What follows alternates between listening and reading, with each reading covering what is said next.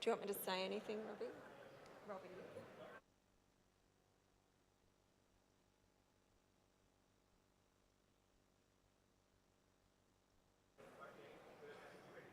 I'll wait for you.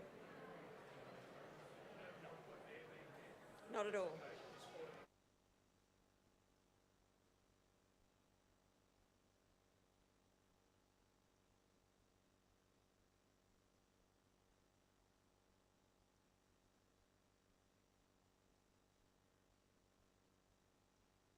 Good evening, visitors. Welcome to the Australian War Memorial's last post ceremony.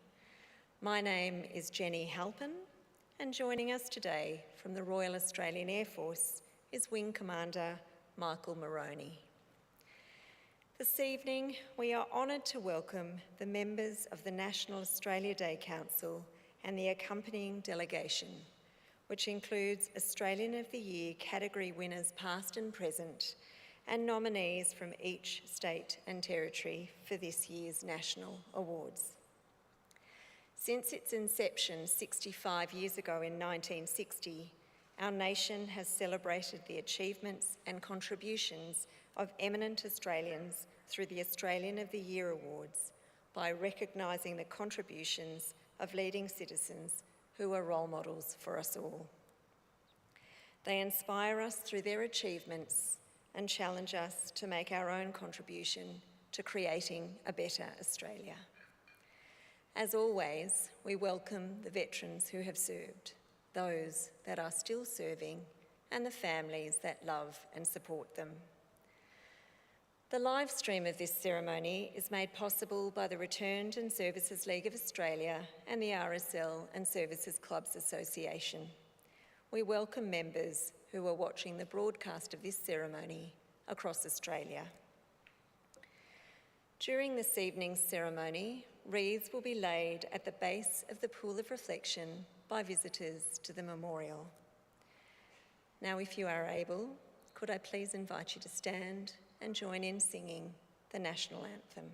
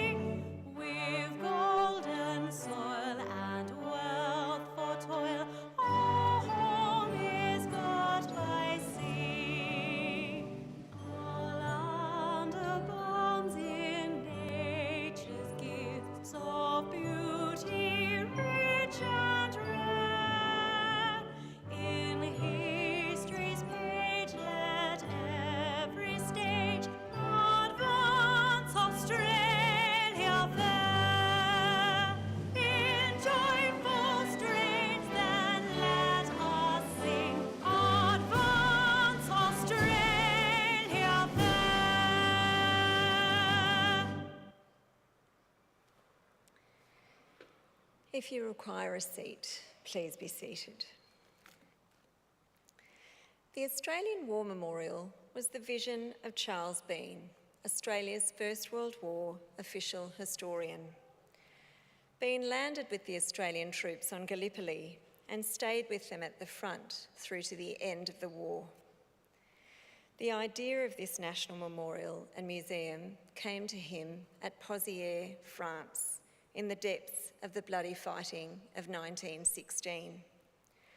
Bourne's idea was that this would be a place where families and friends could mourn loved ones buried in faraway places. It would also be a place that could help all Australians understand what these men and women had endured and what they had done for us. Bourne's vision, to which we remain true, is best expressed as inscribed in the entrance to the memorial's galleries. Here is their spirit, in the heart of the land they loved, and here we guard the record which they themselves made. Tonight, we will read the story behind just one of those on the Roll of Honour, which lists the names of more than 103,000 men and women who have given their lives for us in war and on operations for more than a century. But first, we present a lament, flowers of the forest. Wreaths or floral tributes will now be laid at the base of the pool of reflection.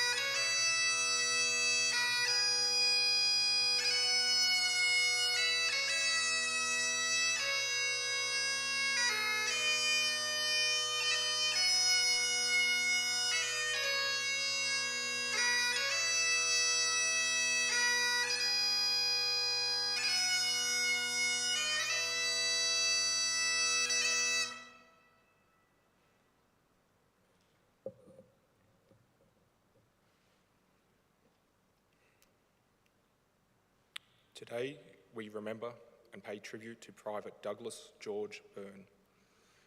Douglas Bourne was born on the 21st of October 1918 in South Melbourne, the son of Ida and George Bourne.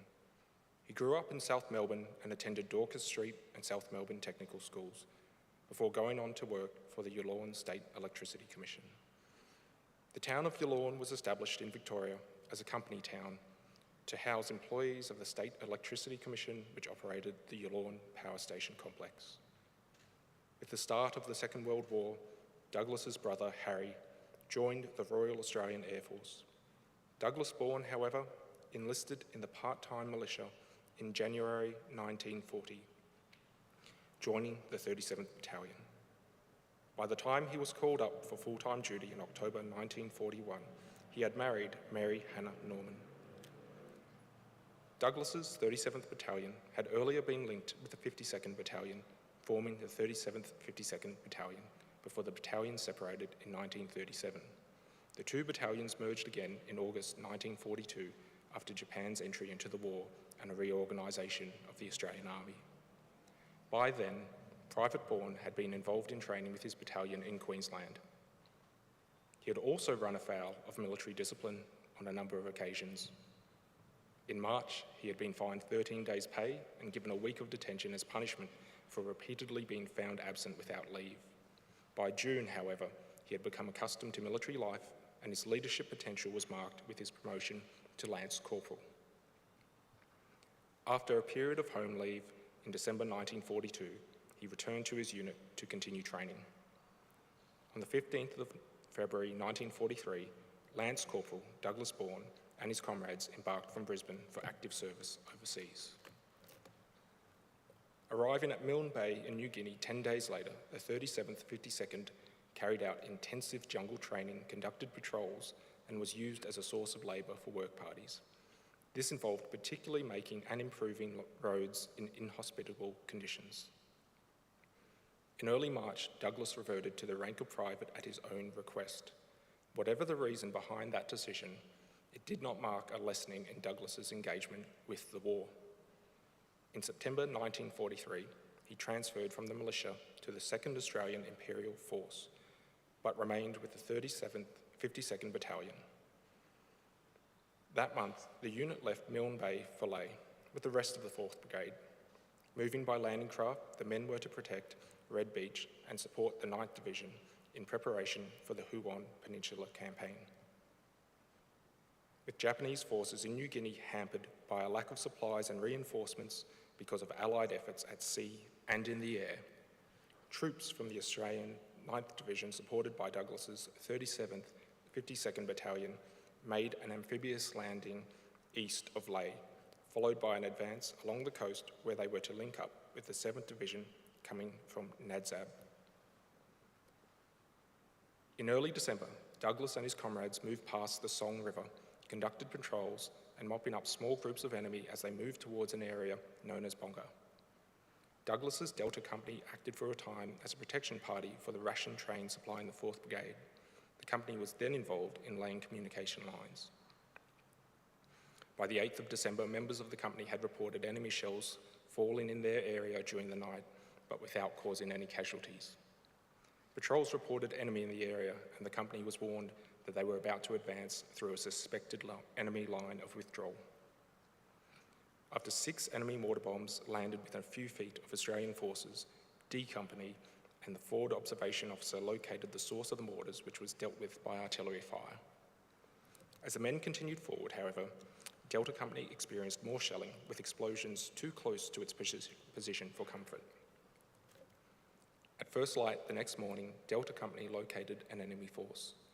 After getting into position, the company opened fire, only to be outflanked by another group of Japanese soldiers. The fighting continued until Delta Company was forced to withdraw and find an area to set up a perimeter defence and support from other companies. 10 Australians had been killed and 10 more wounded during the action. Among the dead was Private Douglas Bourne. He was 25 years old. Initially buried near where he fell, his remains were later interred in Lae War Cemetery, where they lie today underneath the inscription chosen by his grieving wife, "Someday I will understand." His name is listed on the Roll of Honour on my left, among almost 40,000 Australians who died while serving in the Second World War. His photograph is displayed today by the Pool of Reflection. This is but one of the many stories of service and sacrifice told here at the Australian War Memorial. We now remember Private Douglas George Bourne, who gave his life for us, for our freedoms, and in the hope of a better world.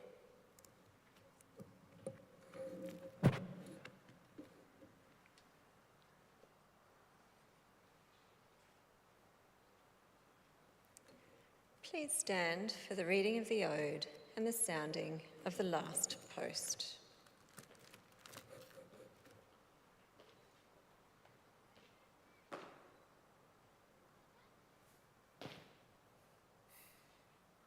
They shall grow not old as we that are left grow old. Age shall not weary them, nor the years condemn. At the going down of the sun, and in the morning, we will remember them. We will remember them.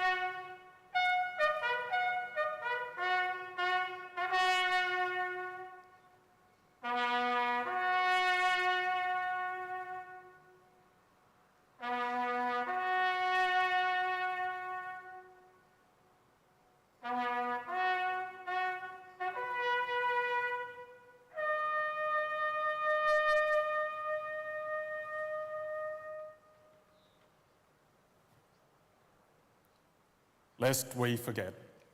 Lest we forget.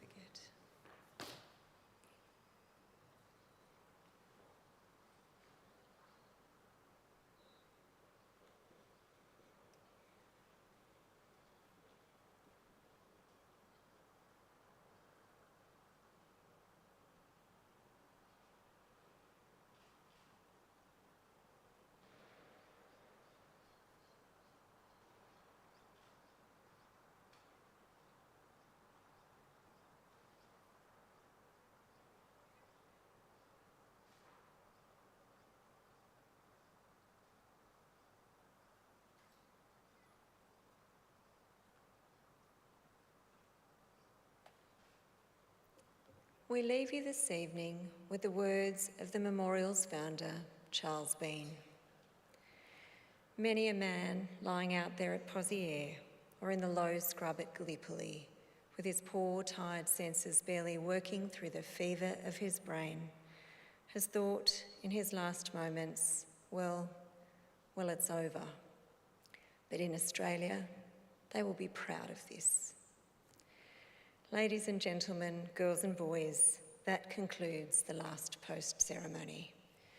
On behalf of our director, staff and volunteers, thank you for visiting the Australian War Memorial today and for your continued support during the memorial's development project. We wish you all a very pleasant evening.